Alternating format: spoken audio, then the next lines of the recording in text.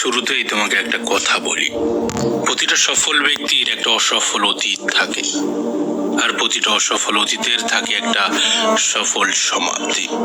হ্যাঁ, প্রতিটা অসফল অতীতের একটা সফল সমাপ্তিও থাকে।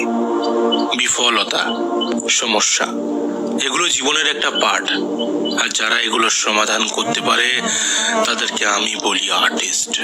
তার কারণ এগুলোর সমাধান করাও একটা মস্ত বড় আর্ট।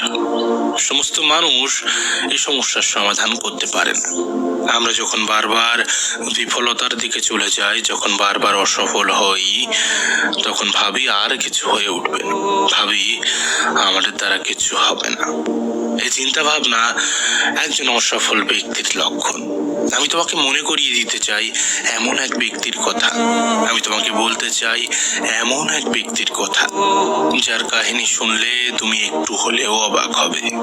আমি কথা বলছি থমাস আলভা এডিসনকে নিয়ে। থমাস আলভা এডিসন, এই মানুষটিকে নিয়ে যদি একটা বই লেখা হয়, আর সেটা যদি 100 পেজের বা 100 পাতার হয়ে থাকে, তাহলে সেই বইয়ের 99টা পাতা বিফলতা দিয়েই ঘেরা হবে। 99টা পাতায় শুধু বিফলতার কাহিনী লেখা হবে। তার কারণ মানুষটা যে পরিমাণ সফল হয়েছে জীবনে, তার থেকে অনেক বেশি পরিমাণ বিফল হয়েছে, কিন্তু আজ সারা বিশ্ব তাকে অন্যভাবে চেনে। থমাস আলভা এডিসন, এই মানুষটির তৈরি জিনিস, এই মানুষটির তৈরি আবিষ্কার আজ সারা বিশ্ব ব্যবহার করছে। আমি তো মনে করি সেই সময় এই মানুষটার কথা কেউই বিশ্বাস করেনি, আর বিশ্বাস না করাটাই স্বাভাবিক। এখন তুমি যদি বলো আমি সফলতার এমন চূড়ায় পৌঁছাবো যেখানে খুব কম মানুষই এখনো পর্যন্ত পা রেখেছে, তোমার কি মনে হয় সকলে বিশ্বাস করে নেবে? না, আসলে পৃথিবী শুনতে নয়, দেখতে ভালোবাসে। প্রিয় ভাই আমার, বিফলতা আসবে, জীবনের সমস্যা আসবে, তবে মনে রেখো এই সমস্যা তোমাকে দুর্বল করতে আসে না, বরং এটা জানাতে আসে যে তোমাকে কিছু করতে হবে।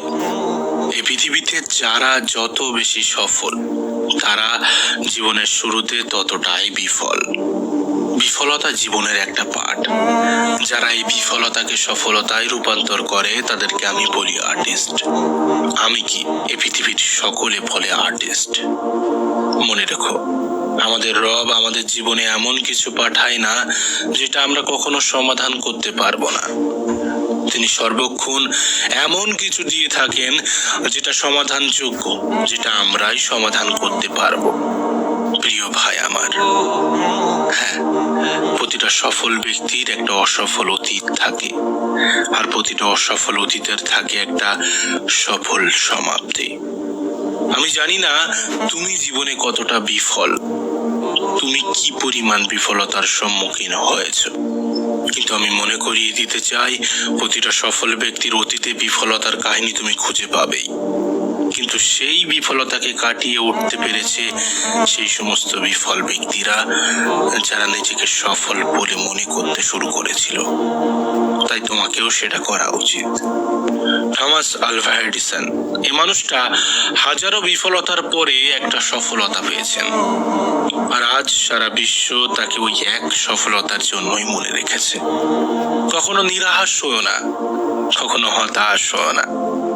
জীবনে বিফলতার পরিমাণ যত বেশি হবে, তুমি তত সফলতার নিকটে আসতে থাকবে। আর মনে রেখো, তুমি যদি অল্পতেই সফলতা পেয়ে যাও, তাহলে সে সফলতা হয়তোবা দীর্ঘস্থায়ী হবে না, কিন্তু হাজারো ধৈর্যের পরে যখন তুমি সফলতা পাবে, সে সফলতা এক অন্য রূপ নেবে।